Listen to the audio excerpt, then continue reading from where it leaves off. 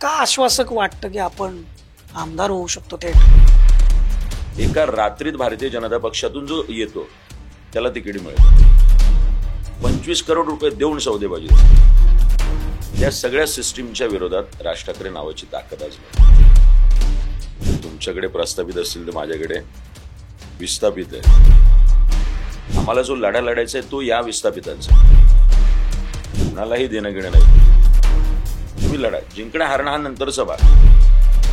तुमच्या विरोधामध्ये 2 प्रस्थापित. निवडून यायचं, सत्ता, सत्तेतून पैसा, पैशातून परत सत्ता. याच्याबद्दल आमदार बोलायला तयार नाही. कंबरड मोडलंय नवी मुंबईकरांचं. 10 वर्ष शहरांसाठी आपण काही करत. मी आमदार झालो तर सगळ्यात पहिल्या तुम्ही बॉन्ड पेपरवरती हे लिहून देता 500 रुपयाचे, म्हणून मी बॉन्ड पेपरवर लिहून दिलं. अहो हे त्या पक्षाचे राहिले नाही, नेत्यांचे राहिले नाही. पवार साहेबांना यांनीच दगा दिला होता की अशी माणसं नवी मुंबईकरांना हवी. त्यांनी लिहून द्यावं की हा आता त्यांचा शेवटचा पक्ष आहे. तुमच्यात हिंमत असेल तर तुम्ही लिहून द्या. नमस्कार, मी Deepak Darade. For the People News मध्ये आपलं सर्वांचं स्वागत आहे. मंडळी, महाराष्ट्र विधानसभा निवडणुकीच्या या पार्श्वभूमीवरती आपण महाराष्ट्र दौरा करतोय. वेगवेगळ्या विधानसभा मतदारसंघामध्ये जाऊन तिथले मतदार, नागरिक, मान्यवर आणि शक्य असेल तर तिथं आपण उमेदवारांशी भेटतोय आणि जाणून घेतोय की नेमका आमदार कसा असावा. वेगळा आणि युनिक प्रश्न आहे खरं तर.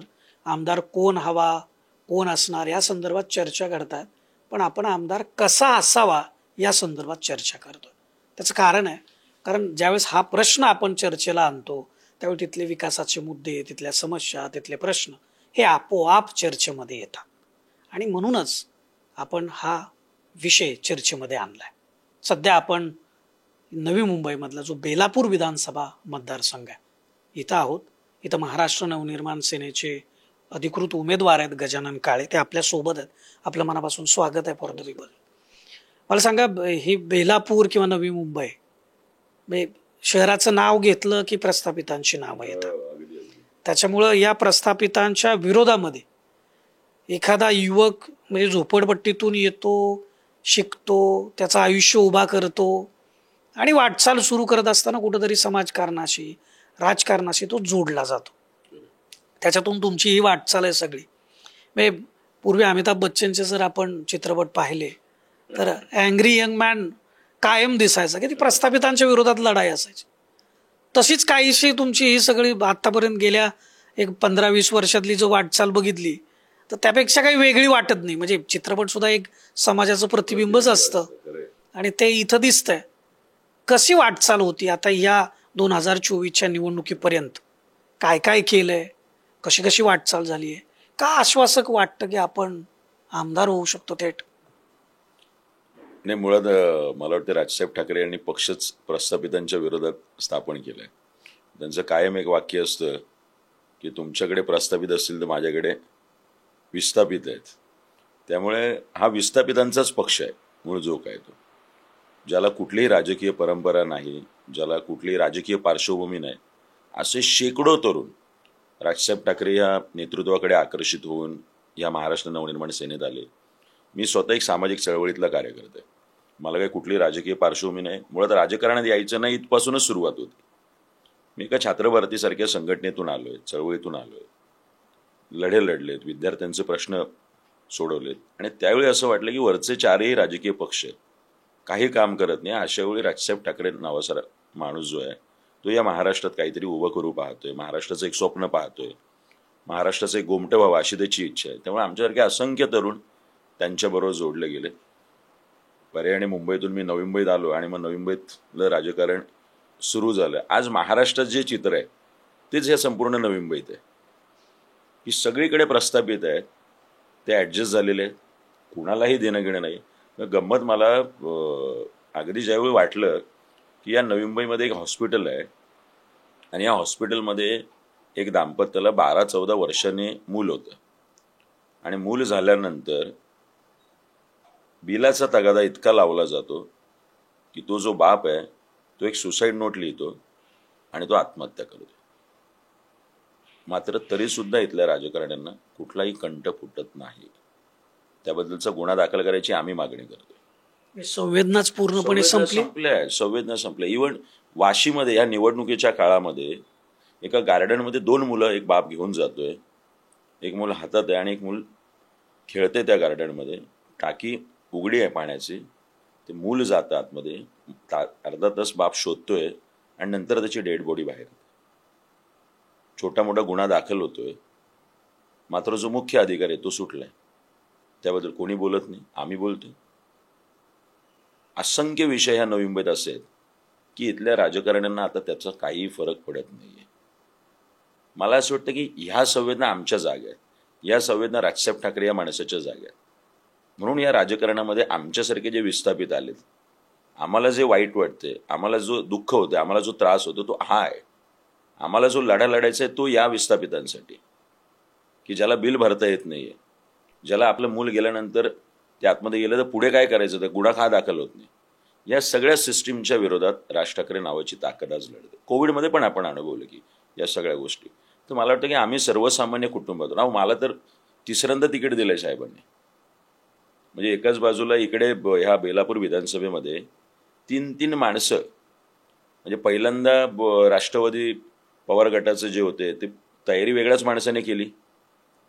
त्यानंतर इथे एक माजी पालिका आयुक्त जे शिंदे सेनेत होते, ते अचानक त्यांनी बॅनर लावला की बाबा आता ते तुतारीत जाणार आहे, कारण त्यांना भारतीय जनता पक्षाला ही सीट सुटली.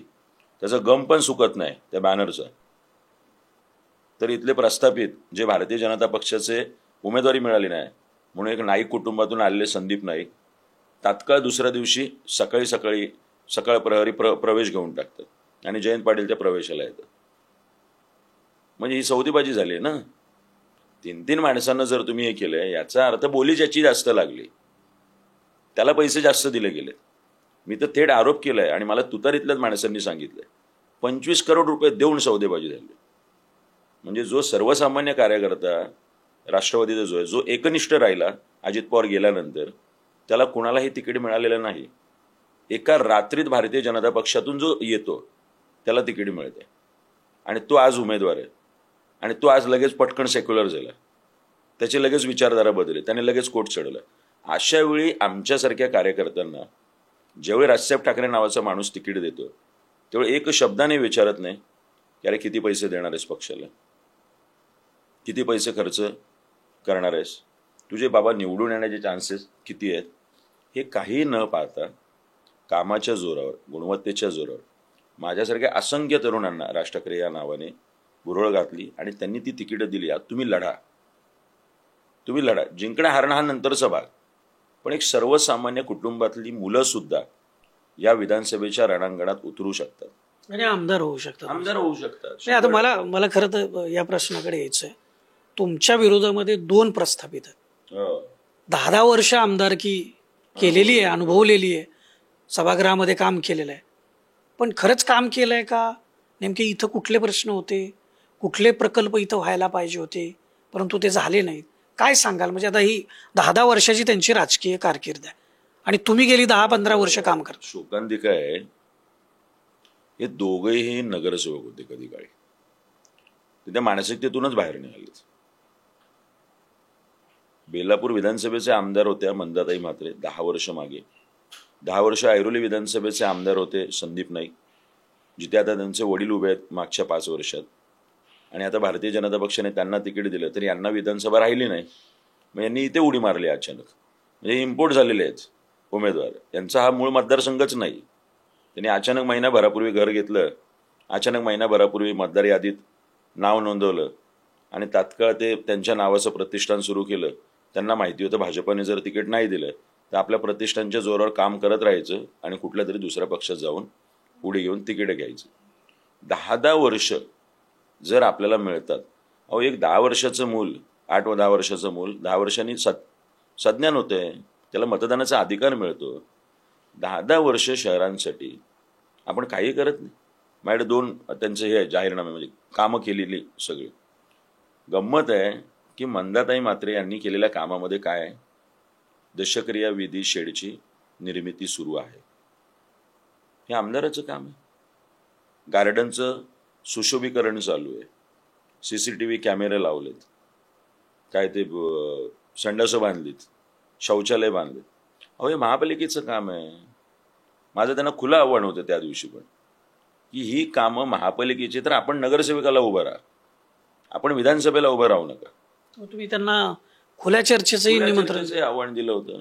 हे निमंत्रण तुम्ही म्हणजे रितसर दिलं होतं की फक्त त्याचं सोशल मीडियात दिलं होतं. आता ह्या एवढा विधानसभा छोटा असो, सोशल मीडियामधून तर कळतं, तुम्ही वर्तमानपत्रातून वाचता, चॅनलमधून बातम्या येतात, सगळंच माहिती होतं. पत्रकारांनी फोन केले की त्यांना, पण येऊन सांगणार काय? म्हणजे संदीप नाईकांच्या याच्यात काय आहे, त्यांनी 10 वर्षात काय केलं? भव्य रक्तदान शिबिर. अहो माझे शाखाध्यक्ष घेतात, आमच्या 111 शाखा आहेत. भव्य आरोग्य शिबिर, चित्रकला स्पर्धा. सामाजिक संस्थांची कामं आहेत ही, हे घेतलंच पाहिजे. माझा काय त्याला विरोध नाही आहे. तुम्ही पॉलिसी म्हणून काय केलंय? तुम्ही शिक्षणाच्या संदर्भात काय केलंय? मी गेली 6 महिने इकडे परिवर्तन यात्रा सुरू केली होती, आणि त्या परिवर्तन यात्रेचं काय, ध्रुव राटींचा व्हिडिओ आत्ता आलाय. मी गेली त्याच्या अगोदरपासून बोलतो की शिक्षण, आरोग्य, रोजगार हे प्राधान्यक्रम आहे माझं. ही माझी त्रिसूत्री आहे की शिक्षणाबद्दल आपण काय केलं. पुण्यानंतर सगळ्यात जास्त मोठा एज्युकेशन हब कुठे असेल तर तो नवी मुंबईत आहे. सगळ्यात जास्त शाळा नवी मुंबईत आहे. सगळ्या ब्रँड म्हणजे DPS पासून, DAV पासून, पोद्दार पासून सगळ्यात जास्त इंजिनिअरिंग कॉलेजेस पुण्यानंतर नवी मुंबईत आहे. सगळ्यात जास्त मेडिकल कॉलेज कुठे असेल? नवी मुंबईत आहे. त्या सगळ्यांची फी गगनाला भिडलेली आहे. याच्याबद्दल आमदार बोलायला तयार नाहीत. गव्हर्नमेंट ऑडिट व्हावं त्याचं, थर्ड पार्टी ऑडिट. आम्ही नुसतं मागणी नाही केली.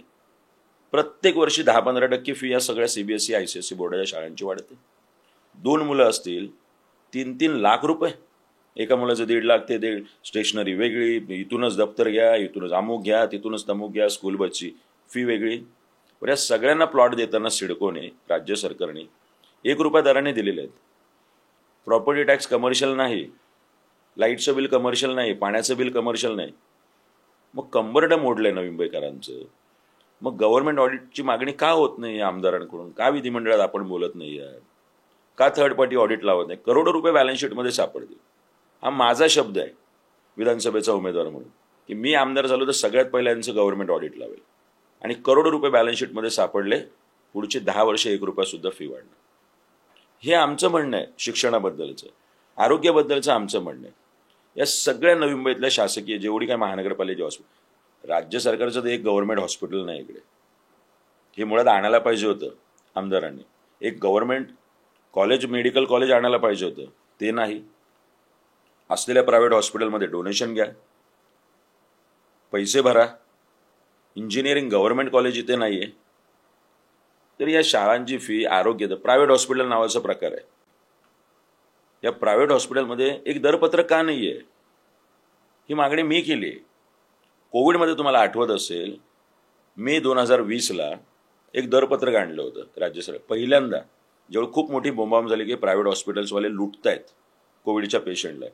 तुम्ही जनरल वॉर्डला असाल तर तुमचे बेड चार्जेस आणि अमुक अमुक एवढे असतील, तुम्ही व्हेंटिलेटरवर असाल तर एवढे असेल, तुम्ही ICU मध्ये असाल तर अमुक असेल. मग तसंच दरपत्रक आपण प्रत्येक उपचारासाठी का आणत नाही आहात? किंवा तुम्ही जर अमुक अमुक अँजिओप्लास्टी करताय, अँजिओग्राफी करताय, तुमचं जर 5 स्टार दर्जा आहे, तुमचं 3 स्टार दर्जा आहे, तुमचं नुसतं साधं नर्सिंग होम आहे. ही मागणी आम्ही करतोय, कारण प्रायव्हेट हॉस्पिटल तुमचं 10 लाखाची पॉलिसी असेल तर 100% 15-20 लाख बिल करंट. तुम्ही कुठल्या गाडीने येतं त्याच्यावर तुम्हाला कापलं जातं. तो गब्बर म्हणून सिनेमा आला होता मध्ये अक्षय कुमारचा. अहो तुम्ही आता म्हणाल समाजाचंच प्रतिबिंब असतं हे. ती घटना घडते कुठेतरी, म्हणून ह्या गोष्टी होत्या. मग याच्यावर कोण बोलायला तयार नाही. याच्यावर आमदार काही बोलत नाहीत. महानगरपालिकेच्या हॉस्पिटलमध्ये उपचार होत नाहीये. मला रोज फोन आहेत की आम्हाला बाहेरून औषधं घ्यायला सांगतात. यात हा पूर्ण नवी मुंबई हे आगरी कोळी बांधवांची नवी मुंबई. त्यांच्या जमिनीवर आजही नवी मुंबई शहर वसलेलं. आमचं दिवाळेगाव नावाचं दिवाळेगाव, जिथे स्वतः मंदाताई म्हात्रे राहतात, त्यांचा तो विभाग, जिथे त्या विभागात राहतात त्या आगरोळी दिवाळेगाव इथे, तिथला एक मनुष्य ज्याचा माझा परिचय नाही, तो मला फोन करतो या प्रचारात सुद्धा, आणि काय सांगतोय, 4 महिने झाले साहेब मी वाशीच्या महानगरपालिकेच्या हॉस्पिटलला फेऱ्या मारतोय, माझ्या भावाला लिव्हरचं काहीतरी त्रास आहे, त्याला एक इंजेक्शन मिळत नाही. मी म्हटलं मी प्रचारात आहे, तुम्ही जे काय म्हणते मला मेसेज करा. मी आयुक्तांना पाठवला, अतिरिक्त आयुक्तांना पाठवला, आरोग्य अधिकाऱ्यांना पाठवला आणि त्याचा 10व्या मिनिटाला फोन, साहेब ते इंजेक्शन मिळालं मला या गोष्टीचं कौतुक नाही आहे, मला दुःख आहे या गोष्टीचं, त्रास आहे या गोष्टीचं की त्याला औषध का मिळालं नव्हतं मग 4 महिने. आणि त्या व्यक्तीला का वाटतं की गजानन काळेला फोन केल्यावर हे होईल म्हणून, त्याला का वाटत नाही मंदा म्हात्रेंना फोन करावासा. ह्या प्रकल्पग्रस्तांच्या नेत्या आहेत, या स्वतः आगरी कोळी समाजातून येतात, त्याला संदीप नाईकना फोन करावासा का वाटत नाही. संदीप नाईक आगरी समाजातून येत आहेत, त्याला गजानन काळेवर विश्वास आहे, त्याला मनसेवर विश्वास आहे, त्याला राज ठाकरेंवरती विश्वास आहे किंवा यांना जर फोन केला तर हे काम होईल. पण ही औषधं काय लपवली जातात मग, बाहेर मार्केटमध्ये विकायची, म्हणजे महानगरपालिकेच्या हॉस्पिटलमध्ये उपचार होणार नाही, खासगी हॉस्पिटल आम्हाला परवडणार नाही. मग काय, मरा. तुम्हाला उपचार करायचे असेल सोनं नाणं विका, घर विका, नाही तर त्या शासकीय हॉस्पिटलमध्ये उपचार हो न हो तुम्ही मरा. इथं मरण स्वस्त आहे, मरण स्वस्त आहे. सेम रोजगाराचं, आम्ही शिक्षण झालं, आरोग्य झालं, रोजगार. 5,000 कंपन्या आहेत ह्या नवी मुंबईत, आशियातली सगळ्यात मोठी ही आहे MIDC आहे. आमची मुलं कामाला कुठे जातात, टोकाला दहीसरच्या, जायला 2 तास, यायला 2 तास. IT इंजिनिअरिंग इकडे करायचं, हैदराबादला जायचं, परराज्यात जायचं. 80% स्थानिक मुलांना रोजगार हे 1968चा शासनाचा निर्णय आहे. शासनाचा निर्णय, मी माझ्या तोंडातलं काही सांगत नाहीये. मग याची अंमलबजावणी का होत नाहीये आणि याची अंमलबजावणी करण्याचं काम कोणाचं आहे, आमदाराचं, जो विधानसभेचं प्रतिनिधित्व करतो. काय ह्या 5,000 कंपन्यांना सुतासारखं सरळ नाही करता येऊ. आम्ही केलंय. मी माझ्या परिवर्तन यात्रेत हा मुद्दा घेतला. आज मला सांगायला निश्चित अभिमान आहे, 1700 कंपन्या मी राज्य सरकारकडे रजिस्टर करून घेतल्या. 1700. आज या 1700 कंपन्यात जो काही 1,00,000-2 लाखाचा रोजगार निर्माण होईल, त्यांना कंपल्सरी झालंय की तुम्हाला 80% स्थानिक मुलांनाच घेतलं पाहिजे. हे आम्ही बाहेर राहून करतोय. आम्ही RTI बद्दल बाहेर राहून करतोय, आम्ही आरोग्याबद्दल बाहेर राहून काम करतोय, आम्ही रोजगाराच्या बद्दल बाहेर राहून काम करतोय. कुठले संविधानिक पद नाही, आम्ही आमदार नाही, खासदार नाही, नगरसेवक नाही, मंत्रीपद नाही. संदीप नाईक मंत्री, त्यांच्या घरी होते वडील, हे 10-10 वर्ष आमदार होते. पण मग तुम्हाला शिक्षण, आरोग्य, रोजगार यांना समजत नाहीये, यांना हे कळत नाहीये. निवडून यायचं, सत्ता, सत्तेतून पैसा, पैशातून परत सत्ता, असं समीकरण संपूर्ण महाराष्ट्राच्या सगळ्या विधानसभेत सुरू आहे. लोकांनी आता हे ठरवलं पाहिजे, हे जर बदल तुम्हाला करायचे असतील, चांगली माणसं तुम्हाला तिथे निवडून दिली तर ते तुमच्या शिक्षणाबद्दल बोलतील, तुमच्या आरोग्याबद्दल बोलतील, तुमच्या रोजगाराबद्दल बोलतील. अहो गंमत आहे, पनवेल महानगरपालिकेत ST डेपो आहे. महानगरपालिकेत आत्ता झाली. या संपूर्ण नवी मुंबईमध्ये पुणे, सांगली, सातारा, सोलापूर, कोल्हापूर, कोकणातून, वेगवेगळ्या प्रांतातून येणारी लोक आहेत, विदर्भातून, उत्तर महाराष्ट्रातून, मराठवाड्यातून. यांना इथून जायचं असेल, ST डेपोची सुविधा नाही आहे. वाशी विभाग, त्या वाशी प्लाझाच्या हायवेला उभा राहा, सानपाड्याला हायवेला उभा राहा, नेरूळला हायवेला उभा राहा, बेलापूरला हायवेला उभा राहा. रात्री बेरात्री ST असेल, आमच्या लहान पोरांना घेऊन उभा राहा, आमच्या 60-70 वर्षाच्या आईबापाला घेऊन उभा राहा. ही परिस्थिती. तिथे निवारा शेड नाही, तिथे बाकी ऊन वारा पाऊस लागेल काही नाही. बरं, ST महामंडळाचा भूखंड आहे 4-5 एकरचा. नवीन काय भूखंड पण घ्यायची गरज नाही आहे. 1989ला सिडकोने 5 एकरचा भूखंड दिलेला आहे. तिथे आज गाड्या वेगळ्याच पार्क होतात. मी जाऊन दाखवलं परिवर्तन यात्रेत. मग इथे ST डेपो का होत नाहीये? तिथे जर ST डेपो झाला, ST महामंडळाकडे तर फक्त पाठपुरावा करायचा आहे आमदाराला, वेगळं काहीच करायचं नाहीये. 5-15 कोटी डेपो उभा राहील, आमचे लोक एका ठिकाणी जातील, तिथे शेड असेल, तिथे कॅन्टीन असेल, तिथे पाण्याची सुविधा असेल, तिथे शौचालयाची सुविधा असतील, सुरक्षितता वाटेल. आमच्या आया बहिणींना सुरक्षितता वाटेल, आमच्या आईबापाला सुरक्षितता वाटेल तिथे. पण हेच STने प्रवास करत नाही तो आला, यांना ते दुःख काय कळणार. असंख्य विषय असे प्रकल्पग्रस्त, हे स्वतः प्रकल्पग्रस्तांमधून येतात. इथे वर्षानुवर्ष एक विषय सुरू आहे. जी काय आमच्या प्रकल्पग्रस्तांची घरं आहेत, गावगावठांचा विस्तार केला नाही, त्याचं सीमांकन केलं नाही, ते वाढत राहिलंय. लोकांनी घरं बांधली, कुटुंब वाढलं, या सगळ्या ह्याच्यात ती घरं अजून नियमित झाली नाही. थातूर मातूर काहीतरी फक्त शासन निर्णय काढला, त्याच्यामध्ये काय की 25% तुम्हाला सगळी घरं देऊ, बाकी 75% बिल्डरला विकून टाकू, क्लस्टर करायचे. आणि मालकी हक्क कोणाकडे राहणार? आमच्या गाववाल्यांकडे नाही. मालकी हक्क सिडको आणि राज्य सरकारकडे राहणार. घरं यांची. म्हणजे तुम्हाला करायचं नाही याच्याबद्दल आमदार बोलत नाही. प्रत्येक वर्षी जाहीरनामा. आजही संदीप नाईक मंदा मात्रेंच्या जाहीरनाम्यावर परत तोच मुद्दा आहे की आम्ही घरं नियमित करून देऊ आणि मालकी हक्क. अरे मग 10 वर्ष झोपला होतात का? 10 वर्ष का नाही झाली? त्याच्या अगोदर तर नाईक सरकारही त्यांचंच होतं, दोघांचंही, केंद्रात पण आणि राज्यात पण. म्हणजे अडवलं कोणी होतं? जर केंद्रात बाबा ठीक आहे राज्यात होतं, पण हा राज्य सरकारच्या अखत्यारीतला नियम आहे. ज्या दिबा पाटील साहेबांनी आमच्या त्या सगळ्या जमिनीच्या मोबदल्यासाठी आमच्या लोकनेत्याने जे आंदोलन केलं त्याच्यातले 12.5% भूखंडाचा मोबदला देणं बाकी आहे. रोज बोंबलतात प्रकल्पग्रस्त. हे प्रकल्पग्रस्तांचे नेते संदीप नाईक मंदा मात्रे. आम्ही मिळून देऊ मिळून. का मिळून दिला नाही? एक आंदोलन नाही करत हो ही माणसं. संदीप नाईकांचा ऍफिडेव्हिट काढा. डास मारल्याची सुद्धा केस नाही यांच्यावर. मंदाताई मात्रे काय? आणि आम्ही प्रकल्पग्रस्त. मला एक म्हणजे तुमच्या प्रचारादरम्यान एक माहिती मिळाली की तुम्ही बॉन्ड पेपरवरती हे लिहून देता 500 रुपयाच्या, की या गोष्टी मी करून देतो. समजा जर त्या नाही झाल्या तर 5 वर्षानंतर तुम्ही माझ्यावरती फसवणुकीचा गुन्हा दाखल करा. मला वाटतं महाराष्ट्रातला हा कदाचित पहिला उमेदवार असावा. पहिलाच प्रयोग आहे. माझी कमिटमेंट आहे. हे असं लिहून द्यावं एवढं बॉन्ड पेपरवर असं का वाटलं? काय झालंय, मी लोकांमध्ये जातो ना तर लोक काय ते प्रत्येक जण नुसतं जाहीर करतो काय ते, त्याला काही असतं का काय विषय? म्हणजे आता तुम्ही पाडा वाचलाच त्यांचा 10 वर्षात काय आश्वासन दिलं काय केलं? मला असं वाटतं ना, हे प्रश्न सुटणं हे काय फार रॉकेट सायन्स नाहीये. मी राज्यशास्त्राचा विद्यार्थी आहे. मला माहिती आहे ते कसं सोडून घ्यायचं. मी जर 8,000 सिडको सोडत धारक त्यांचे घरामागे 7 लाख रुपये कमी करून 600 करोड रुपये कमी करतोय. अहो 600 करोड. आपण आतापर्यंत 600 करोडचे घोटाळे ऐकलेत फक्त. याने याच्यात घोटाळा केला, त्याने त्याच्यात घोटाळा केला. माझ्याकडे कुठलंही संविधानिक पद नाही आणि मी 8,000 सर्वसामान्य कुटुंबांचे सिडको सारख्या एका मोठ्या व्यवस्थेबरोबर भांडून 600 करोड रुपये कमी करून दिले. कारण मला त्याचा अभ्यास आहे, मला त्याची माहिती आहे. ते कसं करून घ्यायचं हे मला माहिती आहे.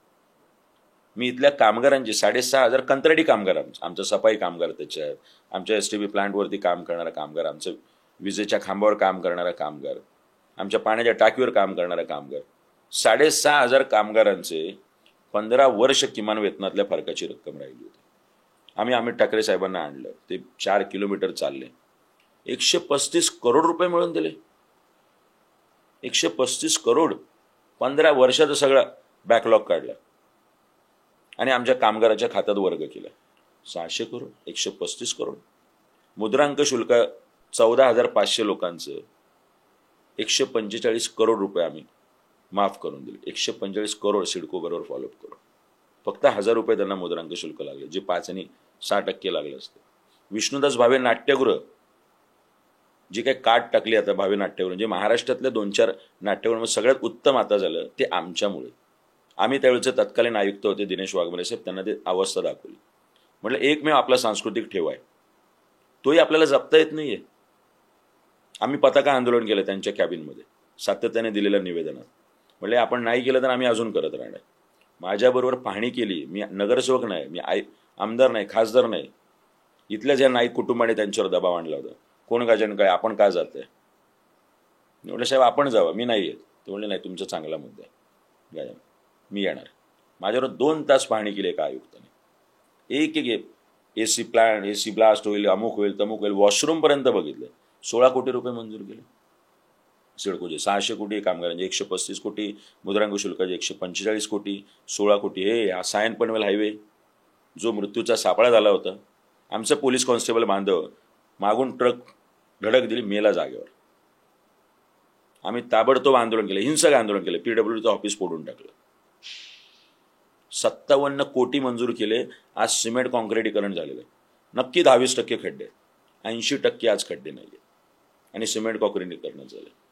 या MIDC मध्ये ज्यावेळी महागाई उच्चांक गाठला होता त्यावेळी 50-60 कोटीची डाळ मी पकडून दिली होती. सगळं. राजसाहेब ठाकरेंनी कल्याणच्या सभेत आमचं कौतुक केलं.